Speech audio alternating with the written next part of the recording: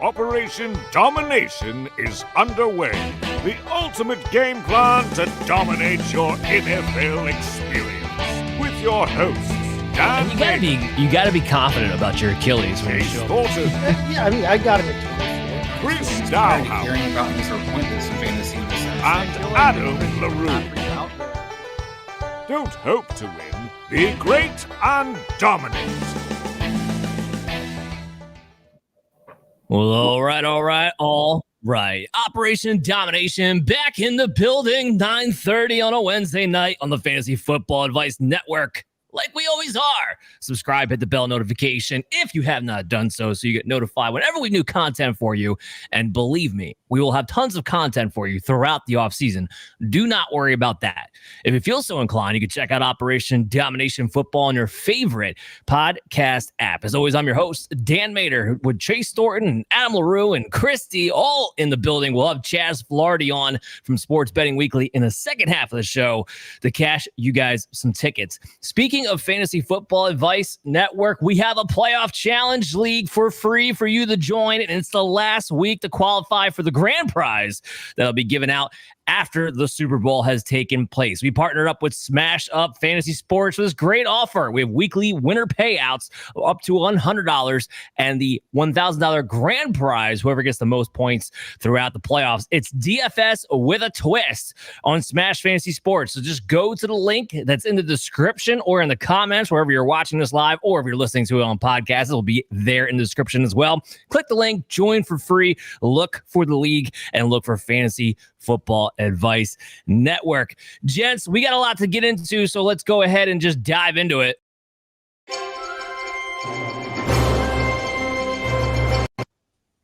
All right, so we're not going to go into deep detail here and deep analysis. We got plenty of time in the offseason to talk about that, but we did have some major hirings that I do feel like we need to at least mention. Ben Johnson goes to the Chicago Bears as a head coach. This is the best move the Bears could have possibly have done. This was the top of their wish list. Get everything right on Caleb Williams and that offense. And I'm going to say this, and then Chris, I want your instant reaction, but I have to give the Bears kudos. This is a bad organization for a really long time who's been a punchline for a really long time. And now they have actually attempted 2 years in a row to get with the 21st century. Not only did they spend the number one pick on Caleb Williams last season, but they also doubled down and tried to get his receiver to be for years to come in Rome Odunze with the 9th pick in the same round. So this team tried to go offense. Now it's making the correction at head coach, going with the consensus top offensive mind in Ben Johnson. I think they need kudos for trying to actually put resources into changing the culture, changing what the Chicago Bears means. What was your instant reaction to this news? I mean, I'm definitely excited for Caleb Williams and for this offense that you talked about. I'm a little disappointed that Dennis Allen is considered the defensive coordinator, but this is a fantasy show, so we don't get too far into it. But I do think it is improvement, as you talked about, for the Bears. I do think it's something that we can kind of get excited about to see this, as you talked about, this franchise start moving into the 21st century, maybe become something more than it has been. But Dan, we've seen, they had the picks last year. They spent the money. They had that, Rome added Rome. Hopefully Johnson brings them over the top, but we still see Chicago still somehow, some way seems to manage to screw things up. So hopefully they prioritize the offensive line with this Brian Johnson hiring, and hopefully Chicago will be back on track and hope, they'll be a good offense to watch next year. Ben Johnson, Chris. Brian Johnson sucks. Ben Johnson, good one. Come on.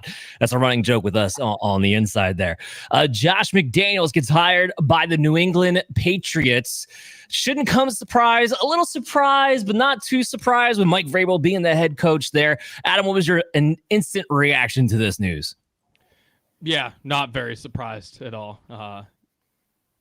Not my favorite choice for the job, to be frank. But I mean, to be honest with you, some of the names that get kind of rehashed throughout the NFL are a lot worse. He's been a solid OC. Not my favorite choice, but it's not the end of the world. I don't think he can bring down Drake May, although he hasn't had a lot of success after a certain time. Killed Matt Jones. I mean, I don't know.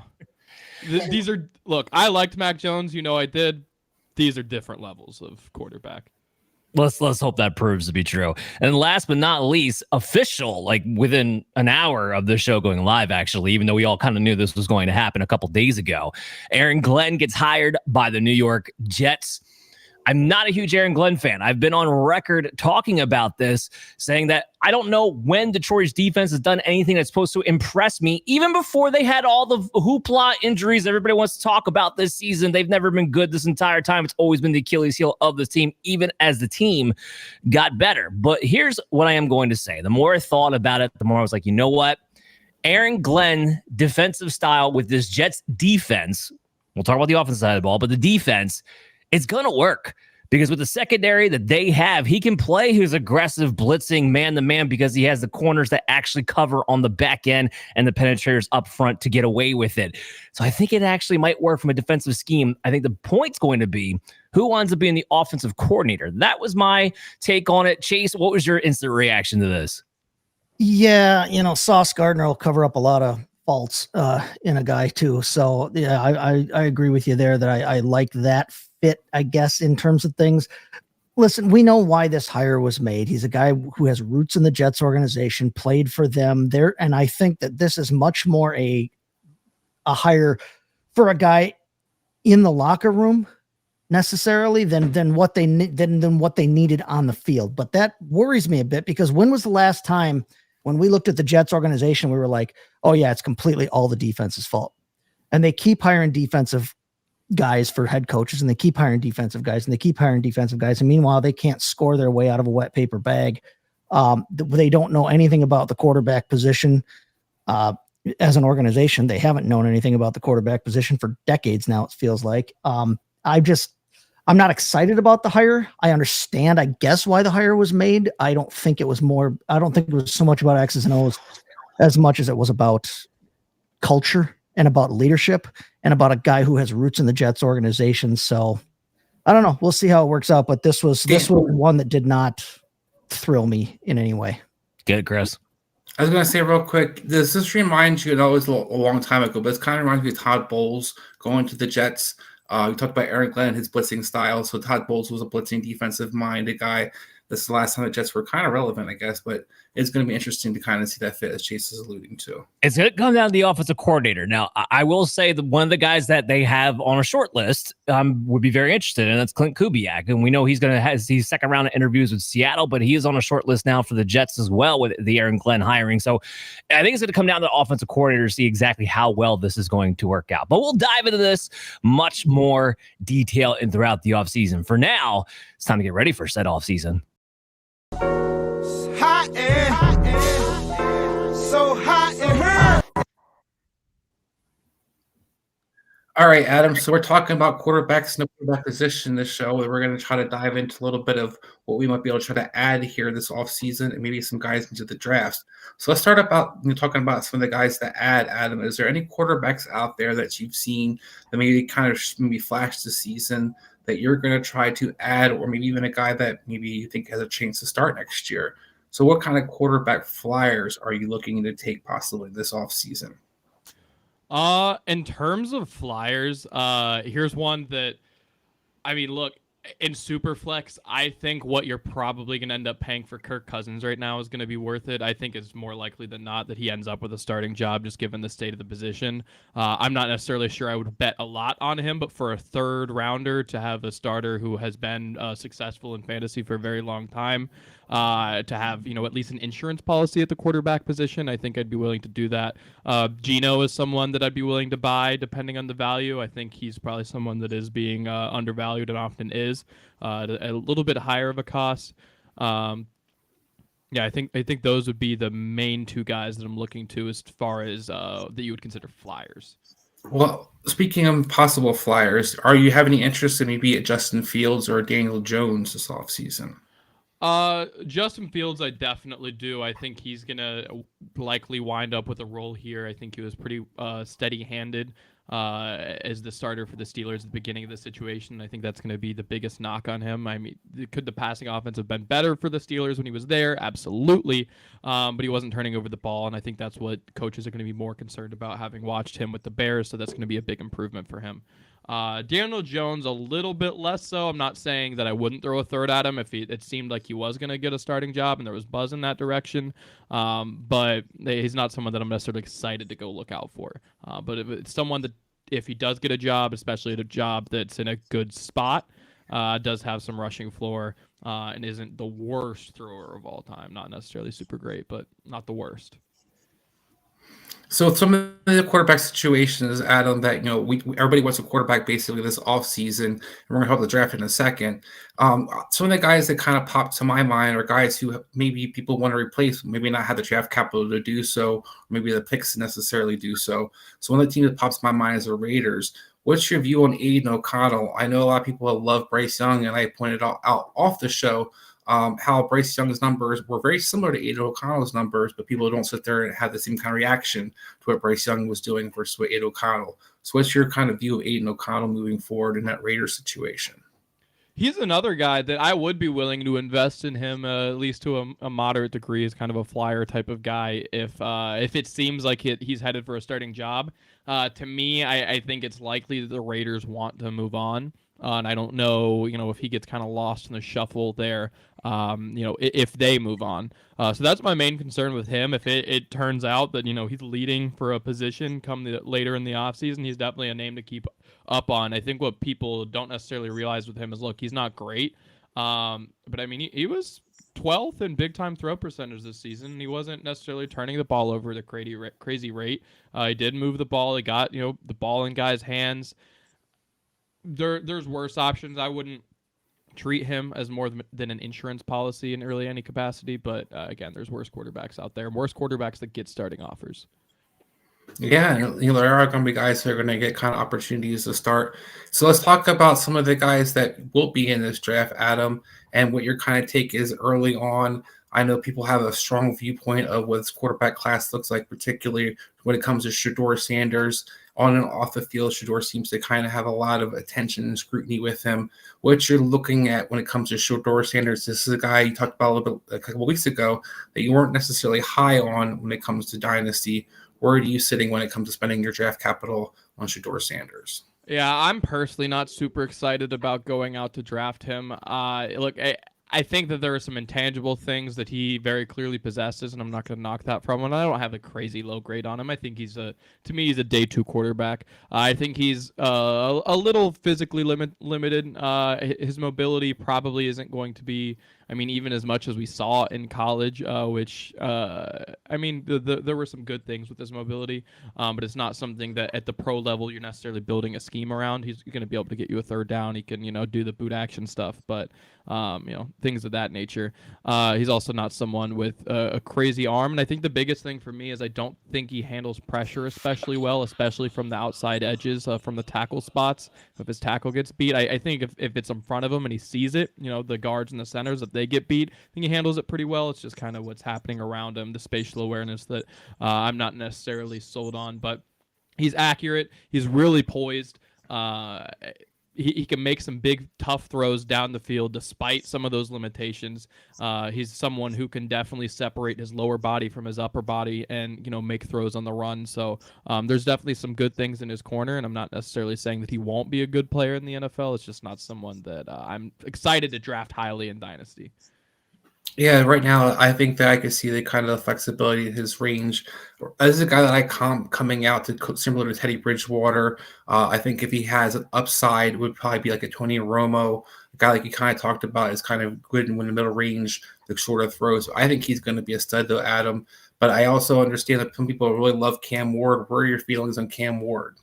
Cam Ward's my quarterback one in this process so far. There's certainly the possibility that that gets adjusted as we get deeper in the process. Certainly none of my grades are baked in stone so far. But so far he's my favorite. I like his arm quite a bit. I think that he has the upside to be a top-end starter. Now, there's a little more floor that comes with that. I don't have a first-round grade on Cam Ward. I don't have a first-round grade on any of these quarterbacks. But I think his ceiling is up there with guys that get taken in the first round. He's someone who, look, he wants to play hero ball. He's throwing the ball down the field.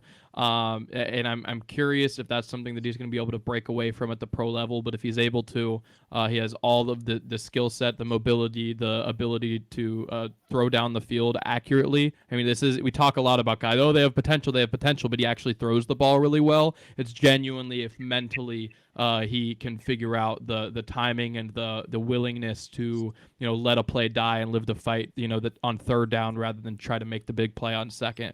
Those are the things that I'm concerned about with him, because he can, like Shador, he can separate lower body, upper body, make the throws down the field, make some really difficult plays, is very poised. I think he operates in the pocket a little bit better in terms of pressure, although he's almost too poised in that he doesn't move his feet at all. You don't get the happy feet with him, you get the standing straight up, which is maybe not ideal, but probably better than the alternative. But at the end of the day, I do like Cam Ward quite a bit. All right, Adam, I'm going to leave you off with these last two questions before we get back to the team. When it comes to the rest of the quarterback class, is there any guys that kind of jump out that's worth drafting and worth spending some draft capital on, in your opinion? And we talked about Cam Ward. You seem pretty excited. How much draft capital are you willing to spend, or is this somebody trying to move up to get in the draft if you could? Yeah, that's Cam Ward is the exact type of prospect where I'm glad that most of my dynasty leagues, and I try to tell people to draft after the draft as far as dynasty goes, because he's someone that, look, if he goes high in dynasty, then certainly, I want to go Genty first. I want to go Tetaroa McMillan first. And then after that, I mean, even potentially in the landing spot before Tet, but definitely afterwards, say if you went, early on, especially, say it was the Browns, right? It's a team that has the weapons to actually be very good and support him early. But depending on his draft capital, depending on the landing spot, the outcomes could range pretty wildly for him. For me, as far as other quarterbacks, man, I really struggle. Losing Aller, he was another guy that I had kind of in this group, and then Milroe was an interesting guy, but outside of that, the Quinn Ewers, the Jackson Dart, I think are different sides of the same coin. Guys who have NFL arms, but you're really tearing down and reteaching them how to play quarterback. And Dylan Gabriel, I think, is going to be in the NFL for a long time as a backup quarterback, but I don't think he's someone you ever want to see starting. And there's not a whole lot going in this class. All right, back to you guys. All right, breaking it down, getting juicy. Can't wait to get more into the Cam Ward, Shedeur Sanders debate in the offseason too. But now it's time for the DFS Cocktail Hour.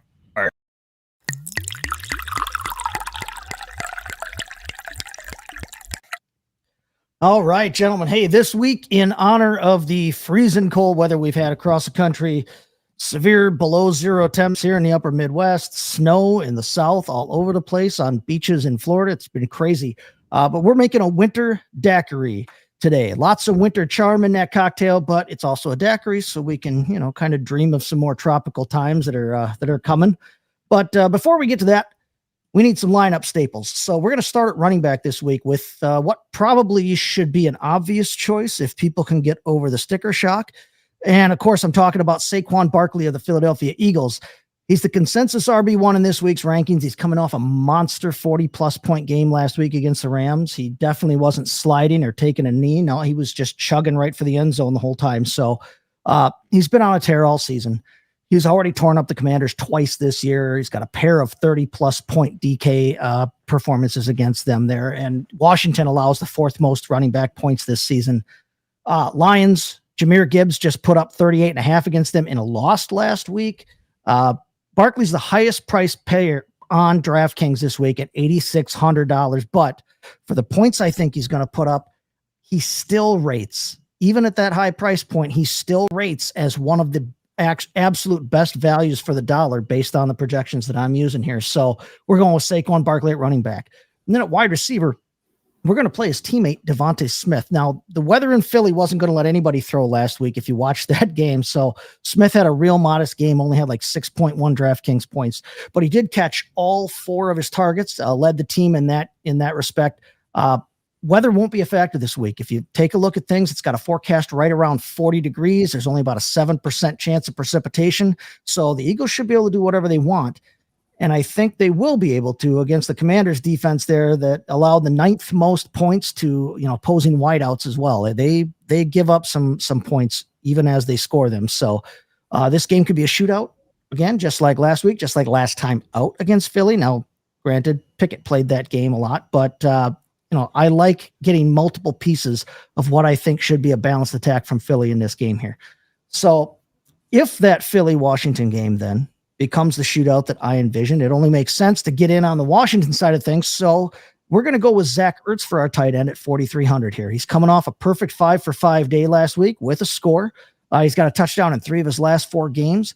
He's the consensus tight end 3 this week. That's right in line with that $4,300 price tag, but I think he's going to return good value for us there. So we're getting in on both ends of that equation there in Philadelphia with that game.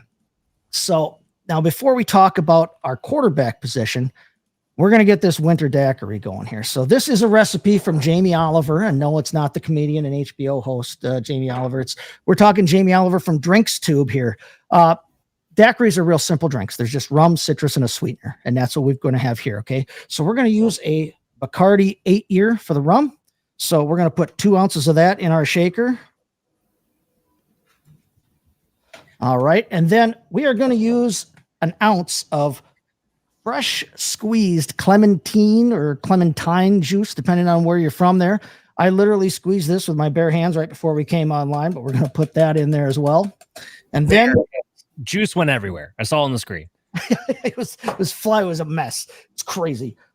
We're going to add to that then 1 teaspoon or so of real maple syrup. And this particular syrup I'm using here actually comes from a sugar bush that's right down the road from my house. It's literally just about a 10-minute drive or so.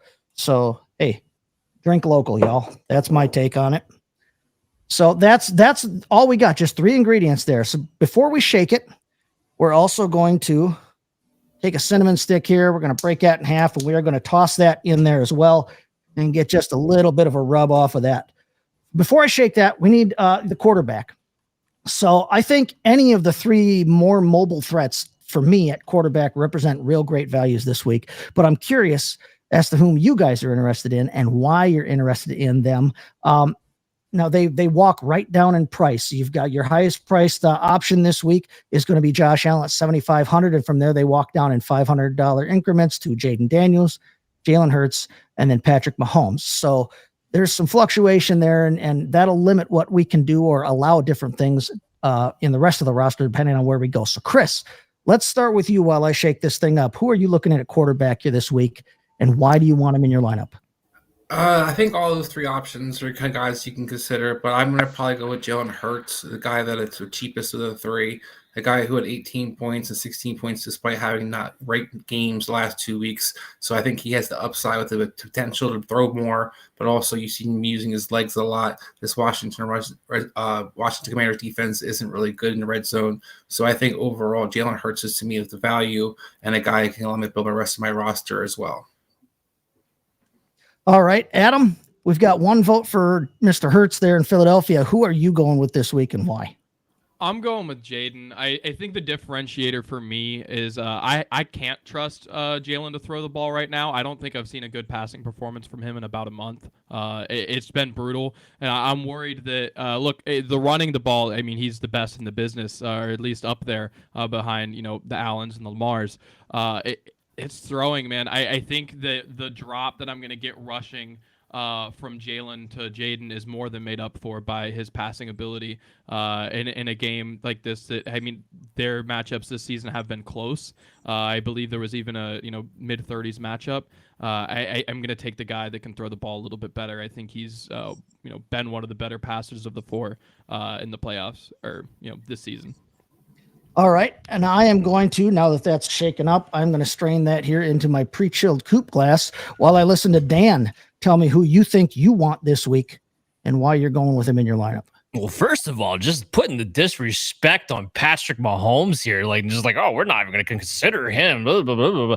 And I'm going to be honest with you, to me, it is between Mahomes and Jaden Daniels, not because of either one of the quarterbacks. for me, the way I'm making my lineups, I want to know what tight end am I using. Am I using Travis Kelce? Am I using Zach Ertz? Because those are the two top tight ends I want to use. And whichever tight end I want to use, kind of want to just combo them up with the quarterback and roll the dice there a little bit. So I'm going with Travis Kelce in a lot of my lineups. So therefore, I'm actually going the Patrick Mahomes route. We've seen playoff games where Mahomes just shows up and goes off, and we know the ability that they have. And we know the Bills are not the greatest defense in the world. They've been playing better as of late, but they're not the best defense. You can throw on these guys. You can score on them. And the Chiefs, they just showed you, I'll talk about this later, but there's no running game. It does not exist. Pacheco did not come back healthy. They were not saving him for the playoffs. So this is going to fall on Mahomes' shoulders and Travis Kelce's shoulders. And that's the combo that I think I actually kind of want to go with in this DFS to get a little contrarian in there. Yeah, that definitely would be a contrarian play there. But like you said, I mean, the Bills give up the 11th most points to opposing fantasy quarterbacks, and they give up the 12th most points to tight ends. So if you want to go with that Mahomes-Kelce stack, which historically in the playoffs has been a pretty damn good bet, hey, yeah, why wouldn't you? But so far we've got 3 votes for 3 different dudes. I am going to look at, well, here's the thing. You might worry a bit that using Josh Allen this week was really going to limit you in the flex position here. But when I've been putting some builds together, I've been able to put a couple together with both Hurts and Allen that I really think have potential to pop, that I really like. I already advocated for the Eagles passing game earlier. And using Hurts means you can go a little bit more expensive with that second running back, but I think you can spend down at that second running back and still get great value. I agree with you there on your take on Pacheco that they weren't just saving him for the playoffs. He does not look right since he came back, and I don't think they want to have to use him a lot. But I think that this is the type of thing where Kareem Hunt can find some room, and I think that he can find himself in the end zone a couple times. So I'm okay spending down at the second running back, so I'm okay spending up with Josh Allen. And I don't have him hooked into, any of his receivers in my lineups, but like I've said before, I don't think Josh Allen has to be paired up with any of his receivers to have that individual value. I showed you last week. KC gives up the 12th most points to opposing quarterbacks. Weather shouldn't be a factor in this game. There's a slight chance of rain, but I'm not worried about that. It's going to be about 30, going to be low to mid 30s there. Allen's run for a score in 7 of his last 9 games. I like him for 1 here. I like him for a couple of passing touchdowns. I think the Bills give America an early Valentine's present and get rid of Kansas City for us so we don't have to watch that again. So I'm going to go with Josh Allen for purposes of the show. But like I said, I have some builds where I've been putting Hurts in there as well. With that, I'm going to get to drinking this winter daiquiri here. So best of luck, everybody, this week on your lines. Slanja. Absolutely. So now it's going to be time. We'll see if we can get him in here. It looks a little odd, but we're going to try to get in Chaz Filardi in here from Sports Betting Weekly to try and go ahead and cash up tickets. Yeah, it looks a little bit better there, Chaz, if you can hear me. So let's go ahead and hit that drop and get the man of the hour into the show.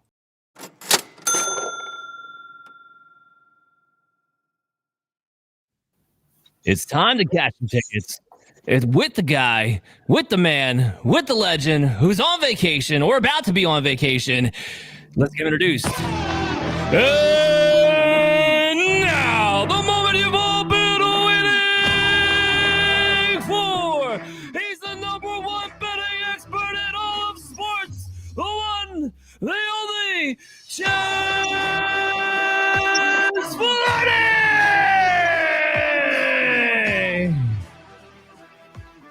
All right, so I'm writing this down as we speak, so I'm giving to you. I have no idea why it's acting up on my phone. I thought it was me, but it's not. It's something's going on. You look itty bitty. You look itty bitty. You look on Instagram live show. That's so, all. In their last 11 playoff games, Kansas City has scored 23 plus and 10 of 11, and they're 7-0 against the spread. When they go home. So that's overall. At home, they're 4-0 against the spread. The last 6 have gone under. This is their points scored in their home games in the playoffs going back to 2018. 23, 25, 26, 23, 27, 24, 42, 42, 38, 22, 31, 35, 51, 31, 31. I'm sorry, but I got to think I'm going to get 23 points out of this team. Well, first of all, I love that you just came out firing. We barely even got you introduced. You're just like, Kansas City over total, team total, now. That's how you know. Well, and I'll tell you why. I wait for this trip all year. We all have trips that are special to us, but this one is Vegas. So Vegas is Vegas. I mean, and so I've been busy. I'm trying to cram 5 days of work into 3, and I'm laughing because who am I pissing and moaning about? I'm going to Vegas for 4 days, and next week I don't have to do a show. Yeah, that's fair too. All right. Well, so here's what I got. I got all the data. I got all the touchdowns. I got all the stats, and I'm going to just listen to you guys because, boy, the last 2 or 3 weeks it's been fun, hasn't it? Yes, man, it has. Cashing tickets is great.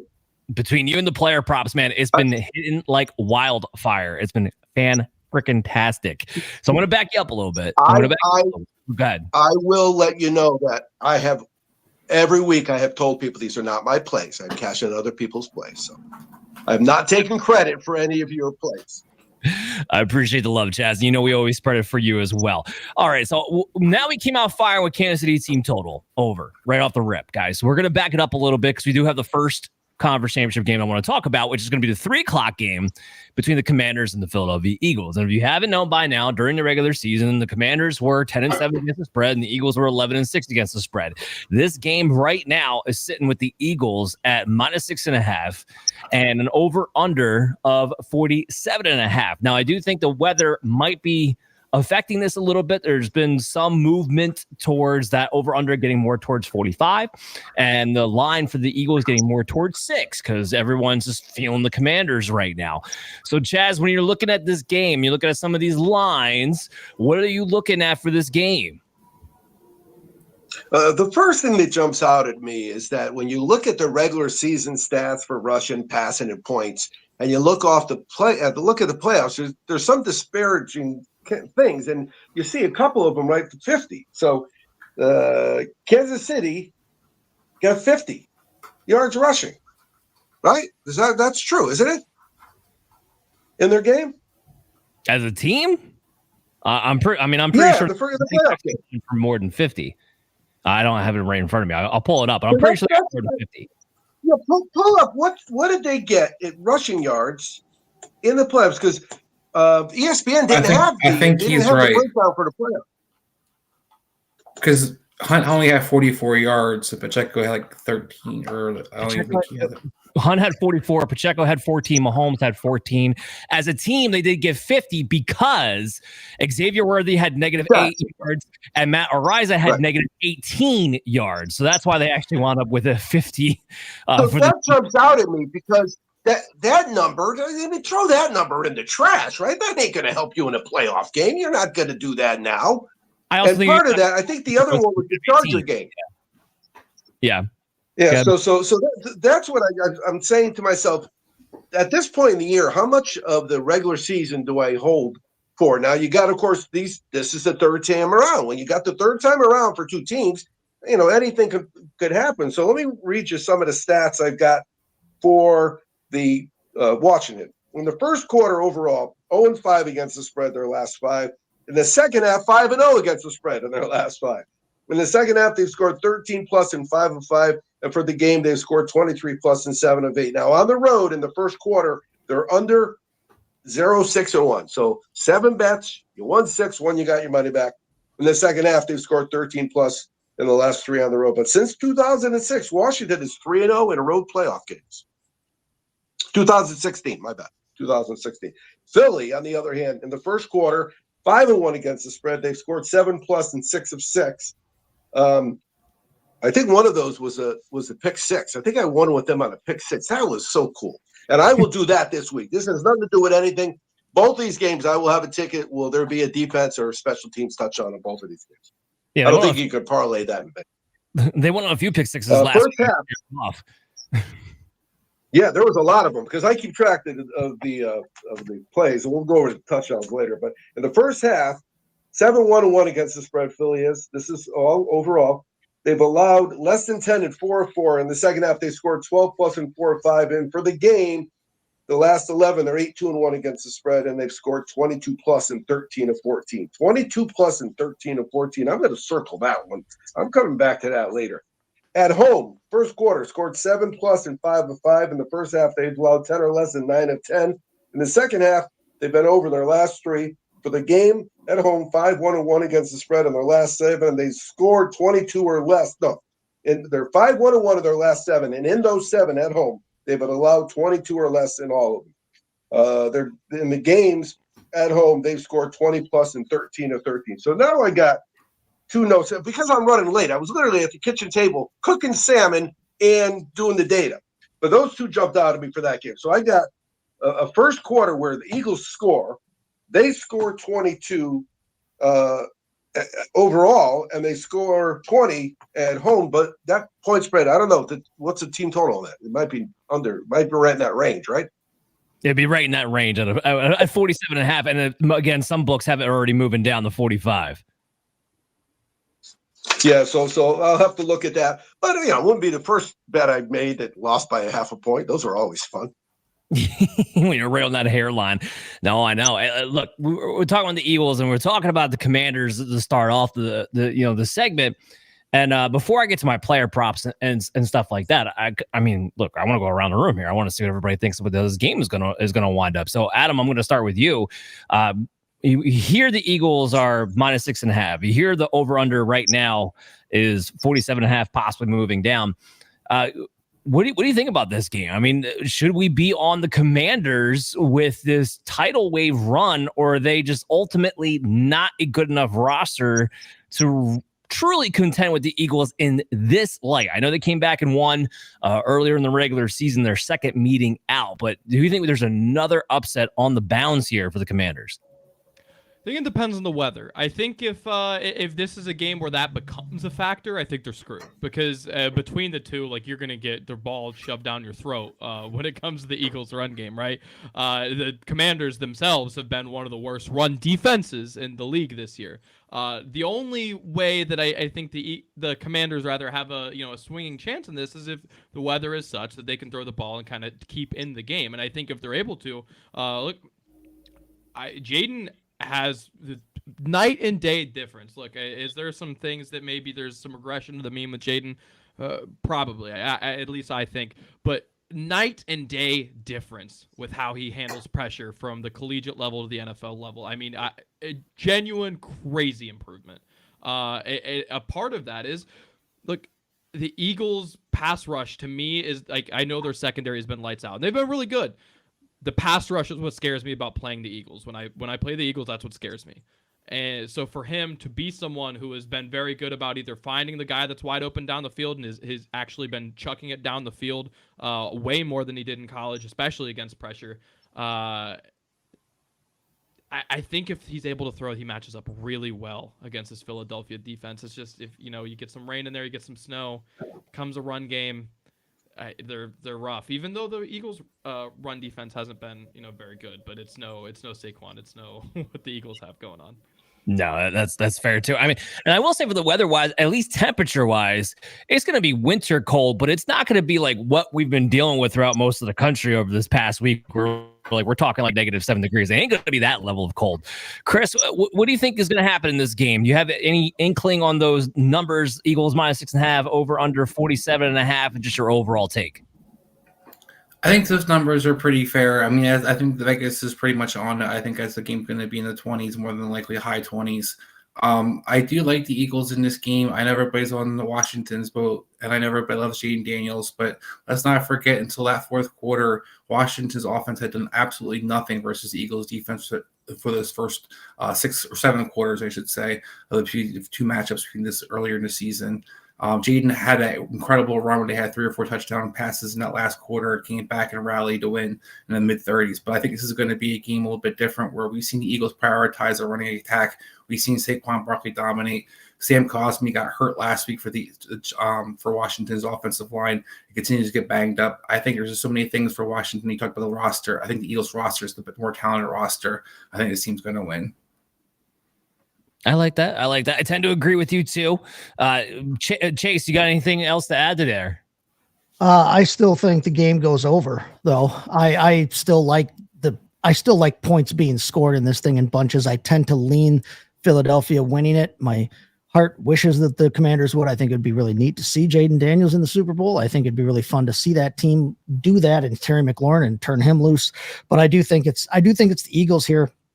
But yeah, especially if that line drops to 45, I mean, I'll push the over on that all day long. I think this game has points scored. I don't think the weather's going to be a factor. I'm not worried about that at all. Give me that in terms of an outcome for this game. But yeah, I do like the Eagles. Yeah, I'm with you on the over-under. I haven't parlay teased for this one. I teased the Eagles down to -2.5, so they just have to kick a field goal to cover that part of it. And then I teased it down to 44.5 on an over-under. I do think it will be – I have it close to a 27-20 score. So if the line sits at 47.5, that's kind of right kind of teeter in there in that ballpark. But that's kind of what I have, just a little teaser bet that we don't normally talk about. But ultimately for me, I think this game will be closer. But for those of you who may be looking ahead to the Super Bowl, for the life of me, as much as, I'm a closet door, like kind of Eagle hater a little bit. I live in the area. I don't like the people and it drives me absolutely crazy. But for the sake of the Super Bowl, I do kind of hope it's the Philadelphia Eagles, because if I think it's the Commanders, I don't care if it's the Bills or the Chiefs. I think it's going to be romper room come that Sunday. So with the Eagles, at least they get a better chance for a better game on the Super Bowl. Kind of find myself rooting that way. But let's get to my player props. Go ahead, Chris. I was going to say real quick, the upside over, one of the things you can kind of look forward to is neither one of these teams' kickers are very good this season, and both teams like to go for it a lot on fourth down, so that has a chance to help with the over if you're looking for that. Yeah, I'm gonna add one note. Well, I was going to add one note is that if Washington scores first, you will be able to find me in my Sports Betting Weekly shirt, standing in line, ready to bet Philly and the over. So every time if Washington scores first, I'm hopping on because I'm going to get Philly. It's such a great number, right? Right. And I'm going to take the over again, and that's it. This is my game. Where watch my drink. If you're coming to Vegas with me, watch my drink. Watch my drink, because I'm going to keep going and betting. Every time Washington scores a touchdown, I'm betting Philly again, and I'm betting the over again. Every time Philly scores a touchdown, I'm betting the over. My goal is to have, 13, 14 tickets by the time I'm done. I love it. Yeah, I do think the points are going to be scored in this one. But I do have some player props for you guys, so let's get to it. Brian Robinson, I have him over 9.5 carries. Robinson has not been the workhorse that he was early on in the season, but he's had at least 10 carries the last 2 playoff games in a row. We only need him to get over 9.5 there. So I do like Brian Robinson over 9.5 carries. Austin Eckler, I have him over, believe this or not, 12.5 rushing yards is right now where his prop is sitting at in some books. So let's go ahead and cash that one. He's been over at 3 of the last 4 games, including the last 2 playoffs. He's getting utilized a bit more with Brian Robinson. Part of the reason why Brian Robinson has seen some of his work go down with Austin Eckler coming back. So 12.5 rushing yards is all got to take. Yeah, give me Austin Eckler on this one. Oh, I got a same game parlay special for you guys. Jaden Daniels over 21.5 completions combined with over 223.5 passing yards in this matchup. He's been over 21 completions last 8 games in a row, including both games versus the Eagles, including the bad one when they couldn't move the football. And then 223 passing yards. He's been over that last 5 games in a row. Remember, the Eagles defense is going to be coming in potentially a little bit banged up. I think Quinion Mitchell did participate in the walkthrough today, but Nakobe Dean's likely not going to play. I think it's safe to say Daniels is going to get over 223.5 passing yards in this one, especially if I'm betting the over, and those two go hand in hand. Jalen Hurts, I have him over 29.5 rushing yards. He's been over that last 5 games in a row. Adam, to your point, he hasn't been great passing the ball, but he has been running the football to kind of make up for that fact. So I do like Jalen Hurts over 29.5 rushing yards. And last but not least, and I have never seen, and I don't think there ever has been, a line this big on a player, and that's Saquon Barkley at 128.5 rushing yards. And even at that mark, he has still been over 3 of the last 4 games. It's been insane. The Commanders allow the 4th most rushing yards to the running backs, Saquon Barkley. I like it a lot. I'm never giving up on you. Over 128.5 rushing yards this week. I will never bet the under on Saquon Barkley. What do you think, Chase? No, I love it. I love it, especially the Barkley, play. Like I said, we're taking him in DFS because of all of those factors that you mentioned there. Plus, I mean, he's just on fire. I mean, if he breaks, he doesn't even have to average a whole ton per rush. But then if he breaks off 1 or 2 of these big rushes that he's been doing the entire time, you're set. You're golden for that. So I've been playing him in the Smash Up playoff challenge that we're offering here at Fantasy Football Advice Network. I played him last week. I got a ton of points out of Saquon Barkley. It really shot up my score there. I love that play specifically. But then, like you said, the parlay with Jaden Daniels, I think points are going to be scored. If points are going to be scored, bet overs on these player props in this game specifically, because you can't hit that over. You can't hit those scores generally without there being some offense happening there. So no, I like the plays that you got in this game specifically, even though that is a gigantic line for Saquon Barkley. Yeah, I'd jump on that all day long. Love it. Okay, so now we can Hold get on. to. I got to interject. I got another note. You know how when you're going to Vegas, people that you barely know give you money, put these bets in for me? My son came over today. My son came over and he's got Eckler for an anytime touchdown at plus 280. Yep. There you go. I like that one. Michael came in with throwing the ball to him a lot. They've been throwing the ball to him. They've been using him a lot more lately. Him for an anytime touchdown, especially if they're behind and they are trying to play catch up and they are in passing mode. I think that's a great bet. Plus, he's playing in the Chargers 8. Michael came in with a question. Will the Commanders be able to keep up if Saquon Barkley runs all over them? I think what you're not taking into account there, Michael, is how many plays the Commanders get off. Saquon Barkley's run all over a lot of teams, and teams are still throwing the ball, playing catch up in the second half. That's kind of how it goes. So, yes, I do think they'll get the ball enough. I do think they will score enough to keep this game within a possession or two throughout the game matchup, which is why we're propelling for the over in this one. But let's get to that Buffalo-Kansas City Chiefs game, okay? So the Chiefs were, under 500 throughout the regular season and covering the spread. And depending upon where you got the line at, and I don't remember exactly where it finished right before kickoff, but I know at one point it was 9.5. And then the Kansas City Chiefs covered by 9. So exactly, Houston still got the cover in that one, which is ridiculous.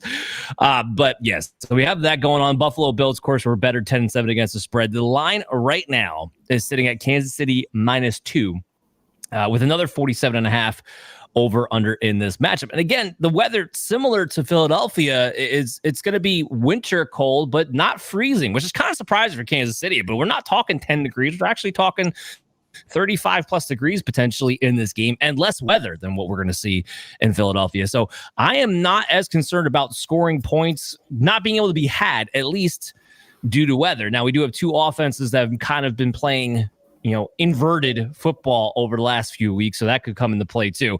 We'll see what everybody's thoughts are. But so Chaz, other than Kansas City team total over, which you hit off the whole segment with, what else are you looking at in this game? Yeah, so we're looking at Buffalo overall. In the first quarter, they've allowed 7+ and 4 or 5.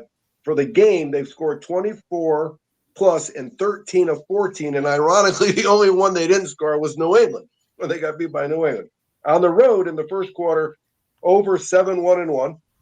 In the first half, they've allowed 13+ on the road and 7 of 8. And here's a playoff nugget for Buffalo. They've scored 24+ in 8 of 9 of their playoff games, but they're 0-3 on the road in their last 3. Kansas City overall, first quarter over 4 of 4. Half one, they're 5-1 against the spread on their last 6. The second half's been under in 5 straight. And the game has been under in 6 of the last 7 for them overall. At home, the first half, they're 9 of 9 scoring 10 or more. So they've scored double digits in 9 straight home games. For the first half, they've allowed 10 or less in 6 of 7. And in the second half, they've scored 10 or less in 5 of 5. For the game, they have allowed 19 or less in 5 straight home games. Look at that. Look at that. And so the under is the play. That's what I'm hearing. I hear a lot of unders in that scenario. And you're not wrong because look. There are, I mean, when you look at the sheet, Dan, you see how inept is a tough word, but it's how inept Kansas City's offense has been. And they keep winning. They won all those games. You know, they were getting crossed, they were getting fumbled snaps, crossbars, uprights, you name it, they were winning the ways. Well, it's the combination of that, plus Buffalo has adopted really a similar style where they're not looking to be aggressive. They're looking to be more ball controlling and play and key in and execute on situational football, certain third down, certain red zone opportunities. So you got two offenses that are not really looking to take the top off. This is not going to be, at least going into the game on paper, the same type of matchup we saw a few years ago between the Chiefs and the Buffalo Bills. Chris, what's your take on this game?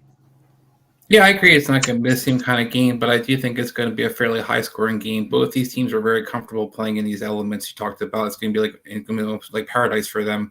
Kansas City's used to being Richard Cold, so is Buffalo. So both teams' quarterbacks have no problem throwing into this situation. And I also think that you've seen both teams kind of be used to each other.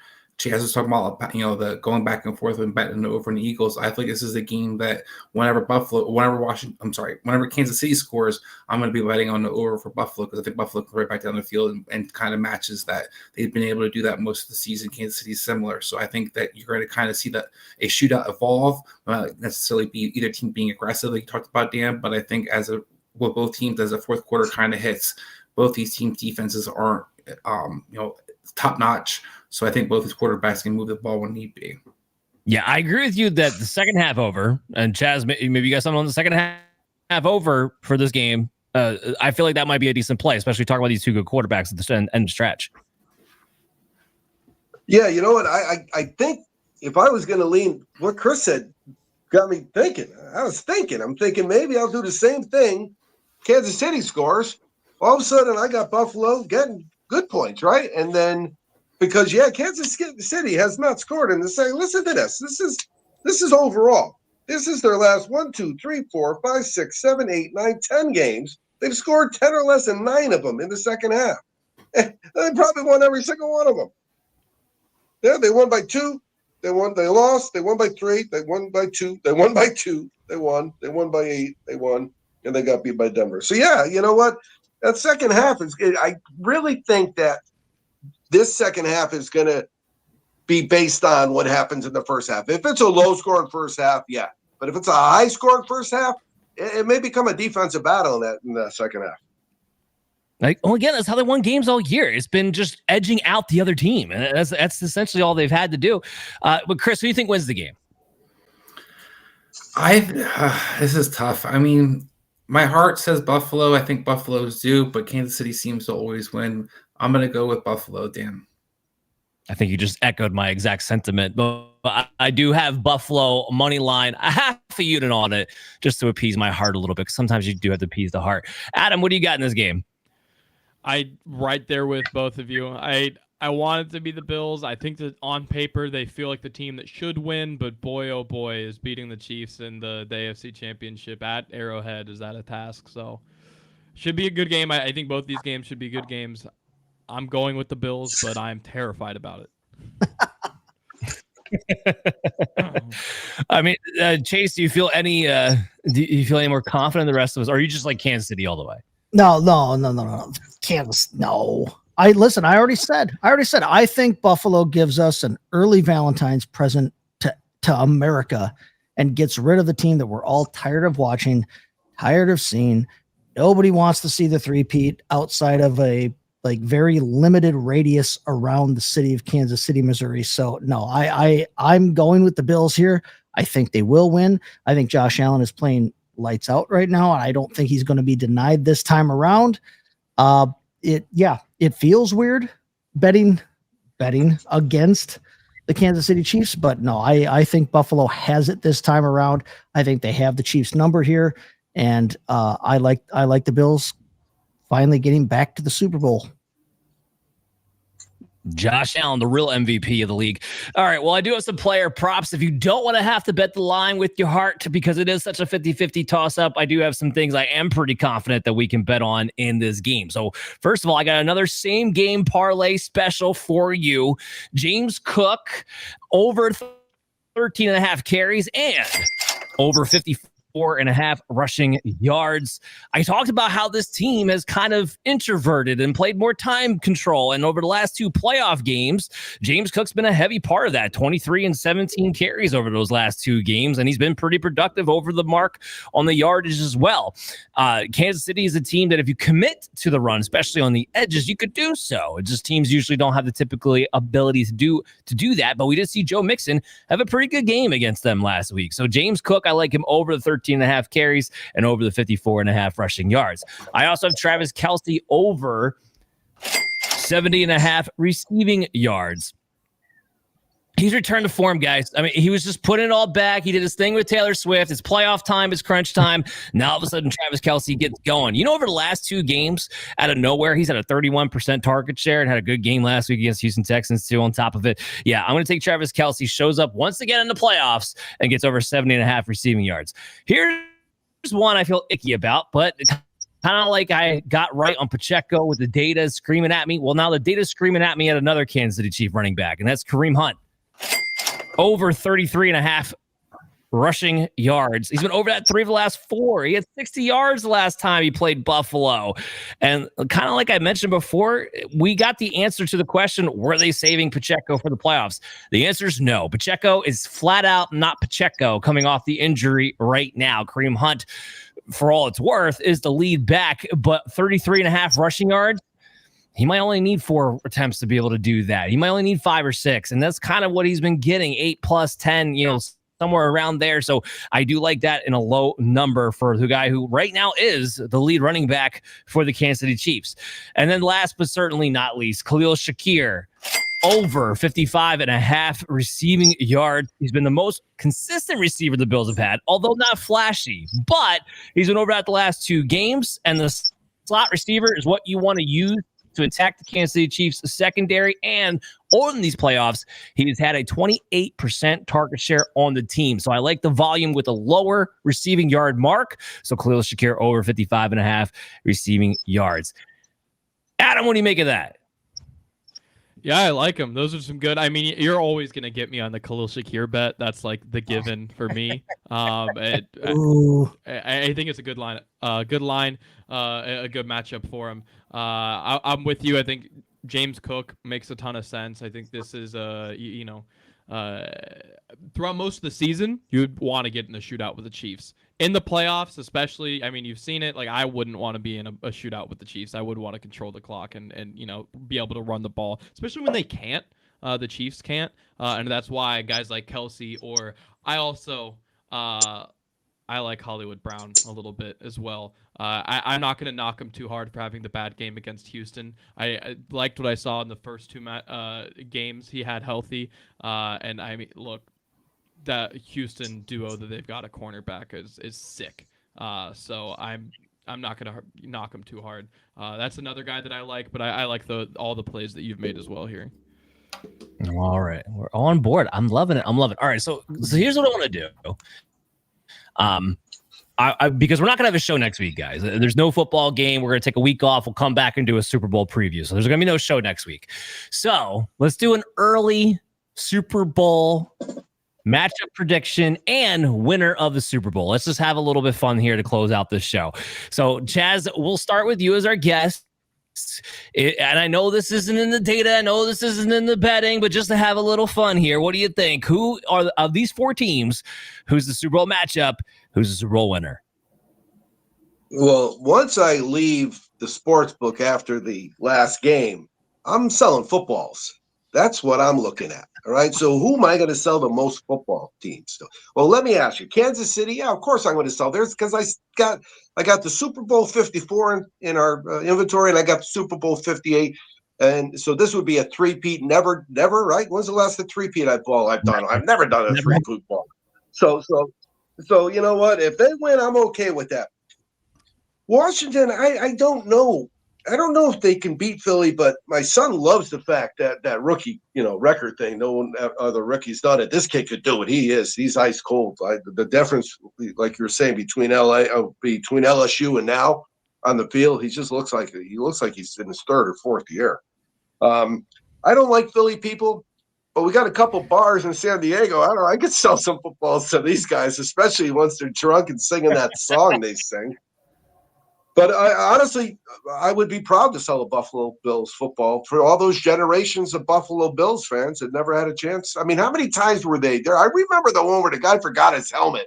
You know you're out of sorts when you can't find your helmet in a Super Bowl game. Yep. Yeah, four in a row. So I love Chaz goes in there. It's like, whatever makes me the most money on my championshipfootballs.com, which you guys can go check out to get the best souvenir you possibly can. 100%. Oh, no by doubt. the way, we gave out we had a contest winner. There was that one guy, and he says he knows Tyler. He's he's in Kentucky somewhere. I forget his name. I have it here on my desk somewhere. But and I said, well, you know what? If you don't want the Ohio State football because you got to wait till May. They come from offshore. I'll give you Sunday because I hate the Buckeyes. I just picked the game. So he turned out he was a Wolverines fan, and he was in luck because they just won. So we're shipping him out a free Michigan football. So thank you for all who played. Congrats. That was a lot of fun there on social media, too. All right, Adam, it's up to you.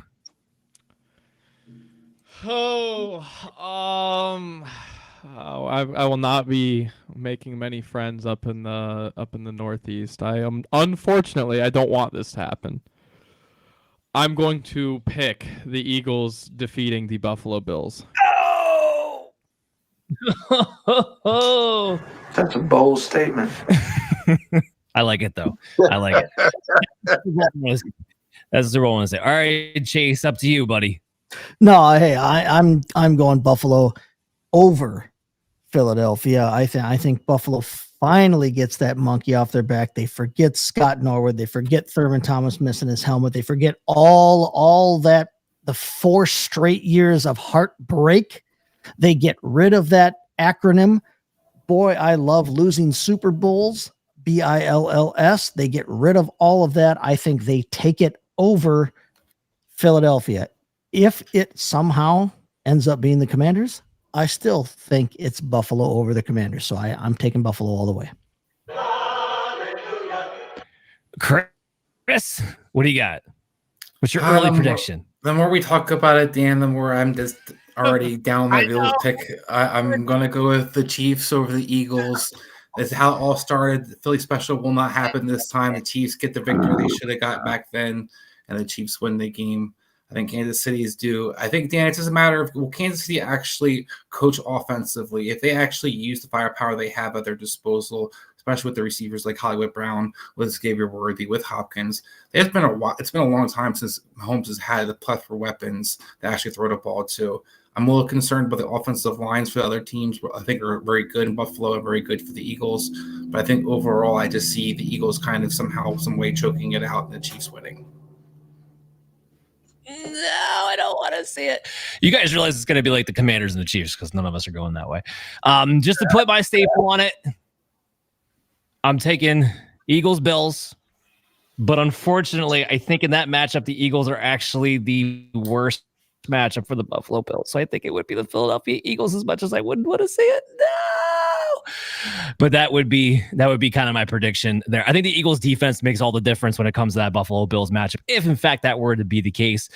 Against the Chiefs, I'd like to say the same thing. I will say leading up to it that the Eagles be the better team all around on paper. But Chris, I'm with you. If it's the Chiefs, I think they find a way to choke it away too. So, but my official stamp is Bills and Eagles, but unfortunately, I think the Eagles win that matchup. All right, so that's going to wrap up the show, Chaz. Real quick, I got the 8 lines in front of me in Kansas City to beat Philly is plus 375. That's the favorite. Yeah, that sounds about right. Unfortunately. So, Chaz, thanks for coming on again, by the way. And I hope you enjoy your time in Vegas, first and foremost. And I know we'll see you in a couple of weeks when we're talking Super Bowl. But for now, tell everybody where to check you out and what they want to find out. Yeah, I mean, it really is for me. This is the best time of year because I get to watch football. I get to talk. Like today, I talked to an Ohio State kid His grandfather was a Buckeye. His father was a Buckeye. So it really is it's a fun time of year. But I tell you, there is nothing better than watching a game in a sports book. There's nothing better than watching the game in the Superbook. Circa is nice. It's big. It's flashy, but it's not the same. It's not really a big sports book. I'm not sure if any of you guys have been there. I mean, the pool's open year round. That's pretty cool. But yeah, so it really is. And then when teams screw up, right? They throw things. They swear. It's just the greatest thing ever. Because I don't have no emotional attachment to my money. It's my money. If I lose it, I lose it. I usually win, so I don't really worry about it. But it really is, guys. If you can get to Vegas for AFC NFC Betaway weekend, you got to do it. One of these years, Chaz, I will make the effort to get out there. You know there. how it works. You gotta do it. You can't say one of these years. You gotta say who's watching the dog, who's feeding the bird. Get my tickets when they're on sale. You gotta think about it like that. So and it really, once you do that, it's pretty easy. But I'm just like I said, I'm over the top with excitement. But I'll miss you guys next week. Yeah, I will miss you too. We'll miss everybody because it's going to be our first week off since, really this last season kicked off in March, frankly. And just give you guys a quick little update of what we're going to be doing. We're off next week. We're going to have the Super Bowl preview, and then we are going to take a few weeks off at least into either that first or second week of March. We'll come back right around free agency after the combines kind of wrapped up and start really diving into that off-season talk. We need time to research. So that's what we'll be doing during that time. Make sure, though, you are checking out the Fantasy Football Advice Network channel on YouTube. Make sure you subscribe, hit the bell notification, and look up Operation Domination Football on your favorite podcast app. And Chaz, you always like to say, we'll always be cashing. We'll see you in a couple of weeks. Hey there, I want to thank you for watching Operation Domination today. And if you're enjoying the show, there are some ways you can help support us. You can go to podchaser.com/Operation Domination and leave us a 5-star review. And you can do this on any podcast platform or on our YouTube page when you go to @FF Advice Network. This completely helps out the show be able to grow, and also leave us comments to let us know how we can curtail the show to you, because you are the most important member of the show. So again, go to podchaser.com/Operation Domination to leave a 5-star review and leave a comment wherever you listen or watch the show, and we'll help better serve you. Please like us.